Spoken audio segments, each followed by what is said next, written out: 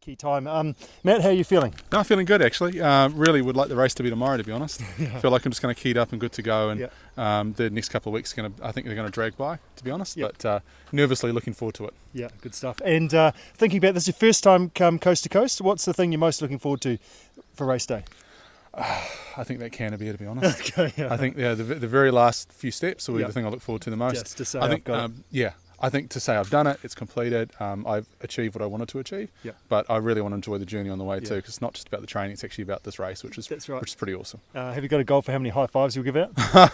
I've got a list of things I have to do during the race, and there's definitely, I think, 5 high fives at least Yeah. on the mountain run. Yeah, good stuff. I'm here with Matt Stewart. He has finished the Kathmandu Coast to Coast. How are you doing, Matt? I'm absolutely buggered. Yeah. It's a bastard of a course. It really is. That's a pretty good way to sum it up, actually. Oh, yeah. I mean, this way, as my wife said to me, that's why not many people do it. Yep. So, it's done.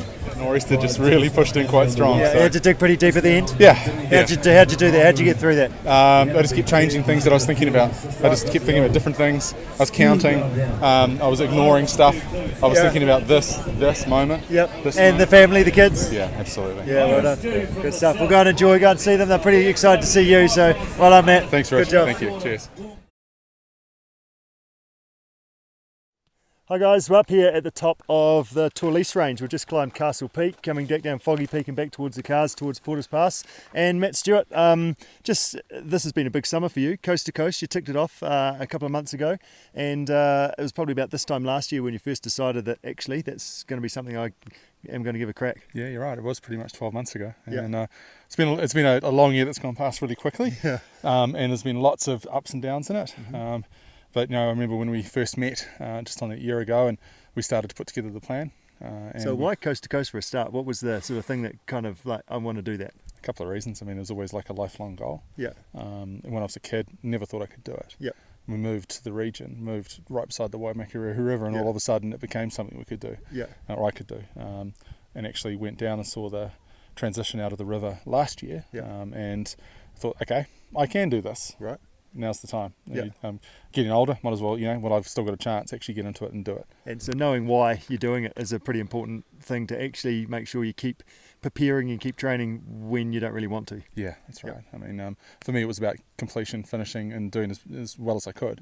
But also the benefits, the side effects of the improvements in health and well-being, and also the mental side of it, to be honest. Yeah, yeah. Real stimulus. So we we kind of made an overall plan for a start, didn't we? That was the first thing, is that actually how are we going to break this thing down, how are we going to do it? And then from there we said, okay, well let's make a closer plan, a day by day, week to week type plan from there. Yeah, that's right. And so the plan became the thing I lived by. Yeah. I would have a look at it each day, either on the app or on the desktop at work. I knew exactly what I was going to be doing for the next week. Yep. I knew what the run distances were going to be, or how hard I was going to run, or how much kayaking I was going to be doing, or what skills session I was going to be doing, and knew exactly how it was going to fit in. And then began to put my hope, trust and faith in the plan, and the plan would do the job. Yeah, so every week or two we'd catch up and just check in to see how you're getting on, and then set some key targets. So by the time we catch up next, this is the things that we're going to try and have done, and that's what you knew that it was the first question I was always going to ask. Yeah, that's right. Yeah. And we planned and we did, and there was always a bit of do, learn, do as well. So as I went along, things didn't work, or something went wrong. A couple of those got months. injured. Got Yeah. injured. Had a couple of minor things and a major one. But we worked around it, so the plan had to change, and it had to change to fit the circumstances. Yep. But the outcome was always there. The goal was always there. Yep.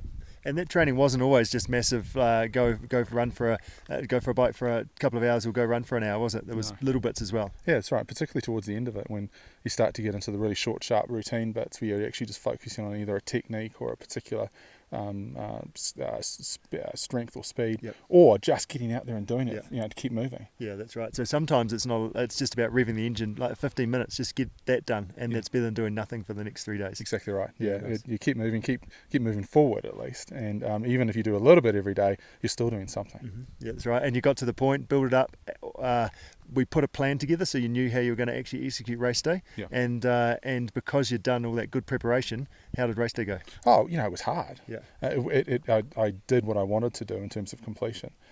Some things went wrong, but I trusted in my overall fitness and my mental strength to get me through it. Yeah. And did. Good. So all that planning, preparation, and all the thought that had gone into that over the previous 12 months that's when, you know, when things are at their absolute worst and you think, how am I going to get through this? Yeah. You just revert back to, well, I've done it before. Yep. I know how to do this. I'll get through it. Yeah, and that gives you confidence, and if you're confident, you'll dig deeper and you'll find a way. Yeah. Yep. Exactly right. Perfect. Well done. And here we are, top of the hills on a pretty awesome day. And hey, this time a year ago, we've come a long way. We have a long, long way. And so here we are in the middle of a 6-hour hike up into the mountains, you know, over 2,000 metres up into the mountains here. And, you know, I'm going up and down fine.